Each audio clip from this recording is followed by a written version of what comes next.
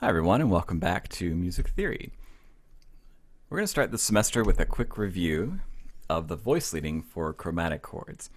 That's because as we learn about harmonies and harmonic styles that get more and more chromatic, that is, get further and further away from the rules of diatonic harmony, what really becomes important is the voice leading between any two chords.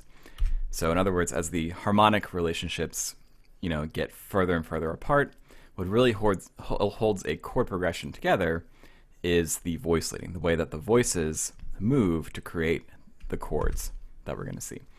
So this video is just a review of the voice leading practices, in other words, the way that the voices move to create chords, for incorporating chromatic notes and creating chromatic chords. Because chromatic chords only exist because they have chromatic notes, and the chromatic notes only exist because of the way that we incorporate them with the voice leading. So let's talk a little bit about the philosophy behind this. Chromatic notes are really shocking, kind of foreign. They don't belong in a key.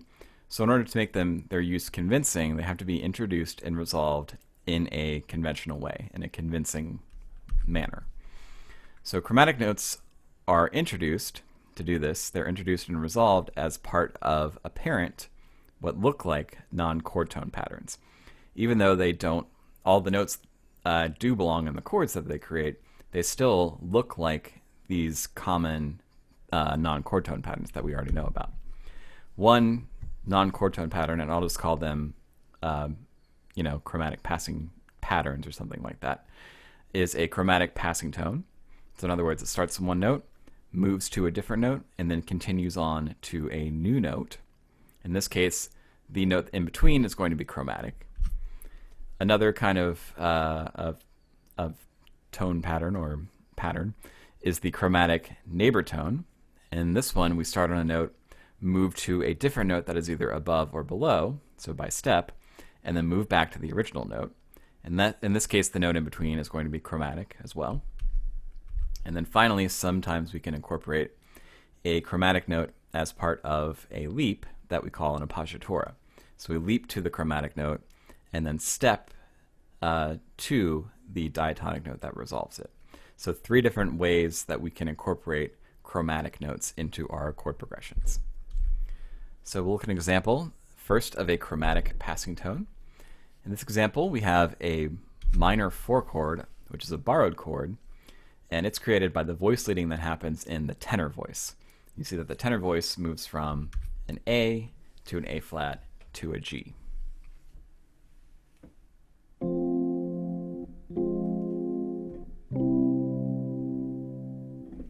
And it is important that that chord is borrowed from the parallel minor, but that's not really what makes this progression work. What makes the progression work is the fact that we have that A flat to G. It looks like it's an apparent passing tone pattern, chromatic passing tone pattern. So it creates a passing tone by moving downward from that A to the A flat and then resolving to the G. So that is the kind of voice leading that we use to create these chromatic chords. Another example of how to use a chromatic passing tone to do this happens in this Italian augmented 6-chord progression.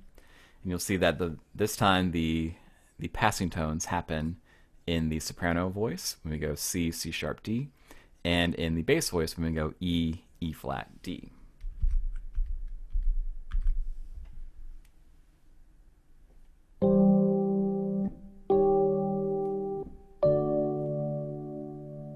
Okay, and again, it is important that that E flat is borrowed from the parallel minor. That is a harmonic relationship, but there's really no harmonic relationship for that C sharp. You could say that maybe it's the leading tone of D major, which is true, but leading tone, the term leading tone, is a voice leading term. It's an idea that that note has to resolve somewhere else. So the real justification for this working is the voice leading between the chords, not the harmonic relationship between any of those chords themselves. Okay? All right, and so you can see that the passing tone happens on that E and that C, moves to a chromatic note upwards and downwards, and then resolves to another diatonic note. Okay. Another chromatic passing tone example happens in a kind of chord that we learned about sort of late in the semester, and this is the augmented 5 chord, so a 5 chord with a raised 5th degree. And again, this happens with the voice leading in the soprano. The soprano has an E natural, which moves to an E sharp, which is the raised 5th degree of that A7 chord in the middle there. And that resolves up to the 3rd of the final chord there. And again, this only works because it is part of a chromatic passing tone. There's really, an augmented triad doesn't really have any function in itself, right? I mean, neither does a major chord or a minor chord, right? They only really function because the notes in those chords move somewhere. And this is a really strong example of that, because that E sharp, it only works because it moves to that F sharp.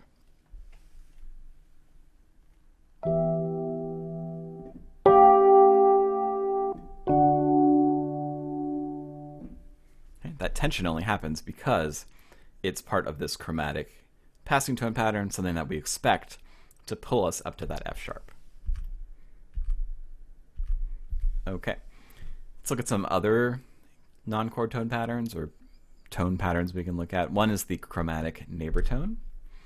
This is going to be a 2 diminished 6 chord in first inversion, and here it's created by the voice leading again in the soprano line. So we have a G up to an A flat that resolves back down to the G.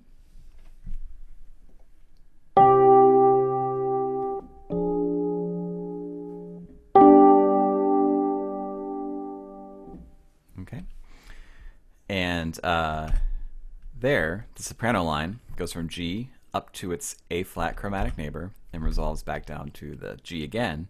So that's part of a chromatic upper neighbor tone pattern. So one way of incorporating that A flat.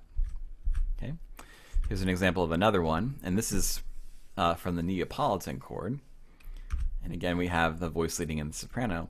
Now I've written out a progression that goes from the 1 to the Neapolitan 6 to the 5/7 and then resolves to the 1 as well, only to demonstrate that this, in fact, this is the common way that this progression resolves. If you look at the soprano, you'll see that this is actually a double chromatic neighbor tone pattern, because the D flat is the upper chromatic neighbor tone to that C, and the B natural is the lower chromatic neighbor tone to that C.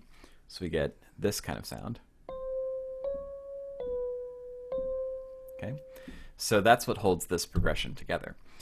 And another point is that that D flat isn't really borrowed from the harmonic minor. It's not borrowed from anything that is harmonically related to C minor, right?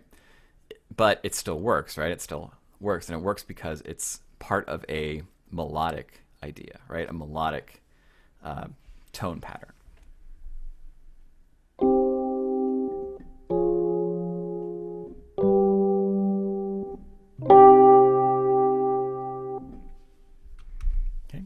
So again, just to reiterate, the entire soprano line appears to be a double chromatic neighbor tone that surrounds that note C.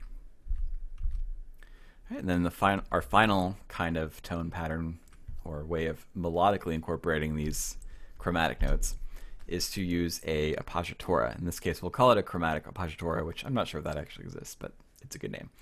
So this borrowed chord, which is another 2, but this time half diminished 4/3, is created by the voice leading in the bass voice. So that bass note C leaps down to an A flat, and then it resolves by step to a G. So this is an appoggiatura pattern.